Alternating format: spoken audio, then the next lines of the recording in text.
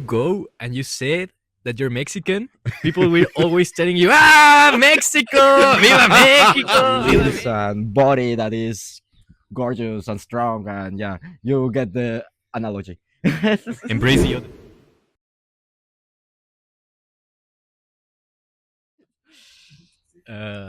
For my case, I would say that Mexico, for some reason, is a prominent country in the rest of the world. Yeah. What I mean by saying that is that everywhere you go and you say that you're Mexican, people will always telling you, Mexico, viva Mexico, viva Mexico, Amigo. stuff like that. So, amigo, Yeah. the mariachi, Cinco de Mayo. It's really interesting.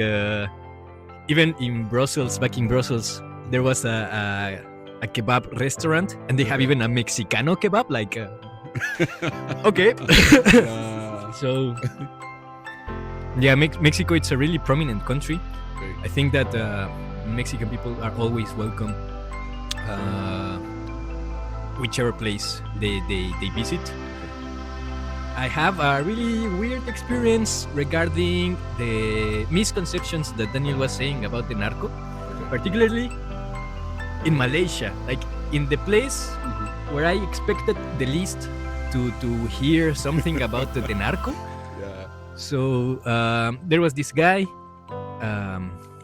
I'm not going to say his name. But he was he was a really nice guy. Okay. But he was always asking me about the narco and if I was a narco.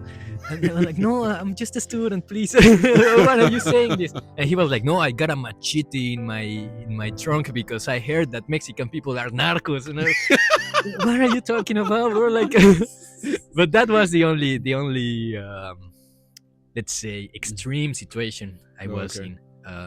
But in the rest of the world, like the rest of the world, as if I visited the rest of the world. But no, in the places I've been, there's a warm welcoming always for Mexicans, and I have no idea why. Yeah. I mean, I know that we are kind people. Yeah. That we care for each other, and also I think that the fact that like as Latin Americans and everything we share. Material conditions, let's say, with the rest of the world that is not exclusively Europe. Yeah. So I think that makes us to get to bond with different people. Yeah, in the sense that we have the same struggles, like some colonialist or colonial, let's say, some colonial past, stuff like that. So I think that also that generates a feeling of community, which I think it's the most important thing. But do you think that just a quick one on the colonial stuff? Do you think that because earlier you indicated that most people in Mexico really see Europe a bit, do you think that the colonial mindset is still an effect on most Latin Americans? Not only Mexico, but Colombia, or the almost Southern American. Do you think it still has effects on there? Yes, I think it does. For example, in Mexico, it's a really machista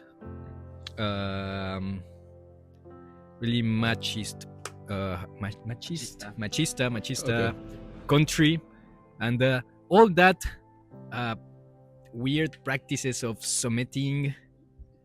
Of submission is the word. That's right. I think that they are inherited by the colonial past. It's a historical thing. I mean, I'm not an anthropologist and I have no clue about history, but of the things that I've been reading and the things that I've been looking at, I might say that still there's a lot of colonial thought inserted in the mind, not all, but in most of the Mexicans, and I would say Latin American, because we also share similar history and Organization often. and all the Chiles. Yeah, but so Sorry. what would be your your advice on this aspect, this short aspect? My advice to your people, their mindset. What do you think?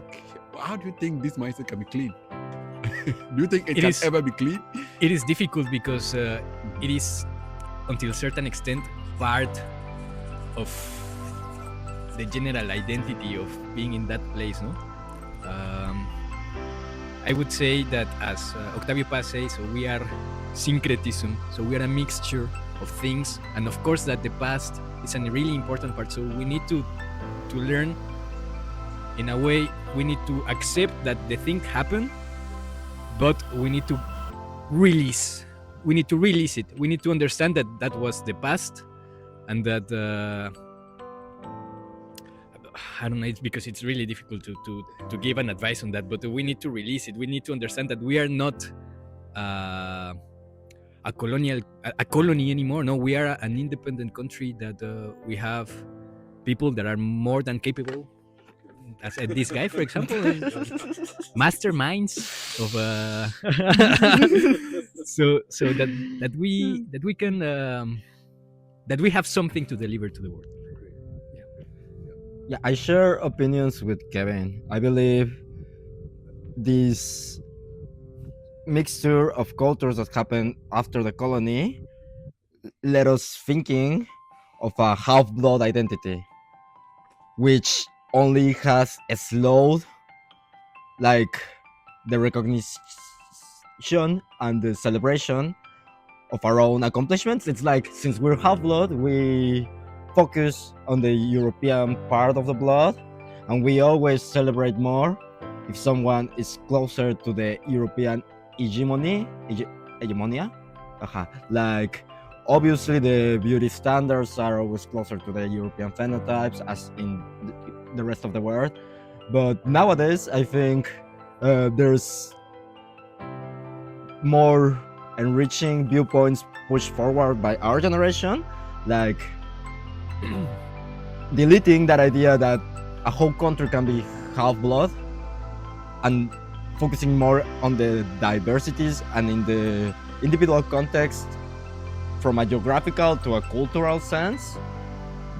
That, yeah, I think that in a sense relate us to the rest of Latin America, but also differ us, because even inside Latin America, as ex-Spanish colonies, we're all super different. So yeah, it's quite interesting. I also agree with Kevin in the terms of releasing. I remember like 5 years ago, now even less, 2 years ago, the ex-president of Mexico was looking forward to ask the Crown of Spain for apologies. In my viewpoint, it's so old. There's so much more priorities to celebrate and push forward not only our culture but our people. There's not enough support. Instead of looking back in the past to wounds that we will never heal, just focusing on the rest of our limbs and body that is gorgeous and strong. And yeah, you get the analogy. Embrace the other. Embrace the other. You got it. The otherness. Yeah. So, listening to you, you've traveled almost 3 continents, from the Americas to Asia to Europe. Maybe you are yet to travel to Africa. Yeah, I hope you get there one day. One day. Hopefully. So, what will you say in terms of the human treatment, the human existence, and what people are doing, the interactions with other people? What will you say is the major disparity in different nations or countries you've been to, from the biggest to the lowest? What will you say has surprised you with the disparity amongst different countries visited? Talking about inequalities is it's a really complex topic, and I don't feel I have enough tools for like having like good enough arguments. But I do think, and maybe I'm going to sound as a record because it's something that I always speak about. That is the neoliberal system of production, or in other words, the financial capitalism, is what mainly produces these big gaps among us social classes. I do think that, as like everybody says and sees, there's a big disparity between like the global north and the global south. As a good Marxist, I would say that we need to have to have the next dialectical move in history. We need to change capitalism, but not to another system of production that always looks for production, for profit.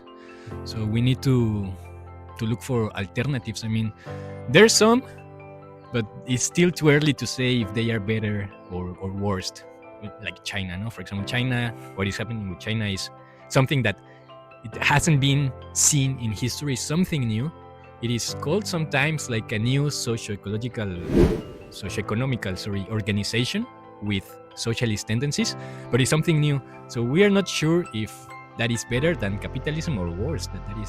That is the thing. So I think with that we can open up a bunch of topics, like the way science is carried out, the way we relate to the other, the way we identify ourselves in the other, and the way we recognize the suffering of people. Great. But how does it, recognizing the suffering of people, how do you normally feel when you walk through street and you see people living on street, people who have been struggling just to make ends meet, right from Mexico? I think you've experienced that in Europe, right? Yes, you've seen that in Europe. So when you see these things, how is the feeling like? Yeah, no, it's a really bad feeling. It actually breaks my heart. Sometimes I even cry, but because because I'm not sure. I don't really think it's fair. If you actually think on who is, like, where does the freedom come in a neoliberal society? It comes in money. Of course, that people that live on the streets, they do not have money, so they cannot access to a full personal development or to a full communal development. No, they are isolated. They are basically alone, and that hits me hard in a way, and it's something that I've been paying attention in different countries. That's why I was really surprised when I arrived to Brussels, because I was not expecting to see homeless people. I was expecting to see nice European rich people, and of course I did see them. But it is curious that all the homeless, well, or mainly the major part is immigrant. So it's a really sad thing. In Malaysia, it happened a little bit. Maybe I was not able to see that many homeless, at least in Terengganu, in the place where I was living. But I saw in Singapore, I saw here. So yeah, no, I have no idea. When I walk and see a person that is like asking for money, it just breaks my heart in a way. And that's why I always speaks about this, because it's something that we do not usually talk about it. It's like it is there, but we don't really pay attention to it. And I think that we need to bring it back to the normal conversation. We really need to be aware of this situation, and of course that recognize that we are